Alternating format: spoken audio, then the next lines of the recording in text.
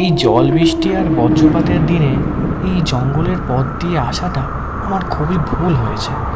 তার উপর থেকে কেন জানি না আমার মনে হচ্ছে তখন থেকে আমাকে কেউ পিছু করছে, কিন্তু কিন্তু যখনই আমি ঘুরে তাকাচ্ছি কাউকে তো দেখতে পাচ্ছি না। বল রে, এই ঝড় বৃষ্টির দিনে আমাকে হঠাৎ করে তোরা কেন ডাকলি?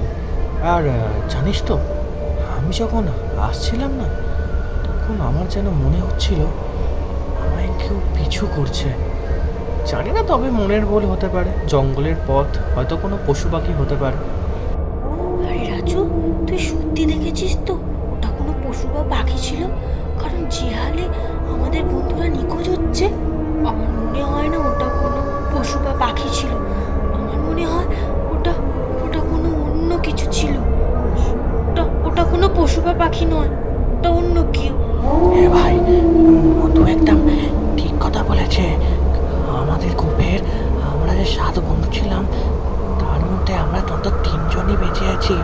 4 জনকে ভাই কে যেন ভাই মেরে দিয়েছে। কে যে মারলো ভাই।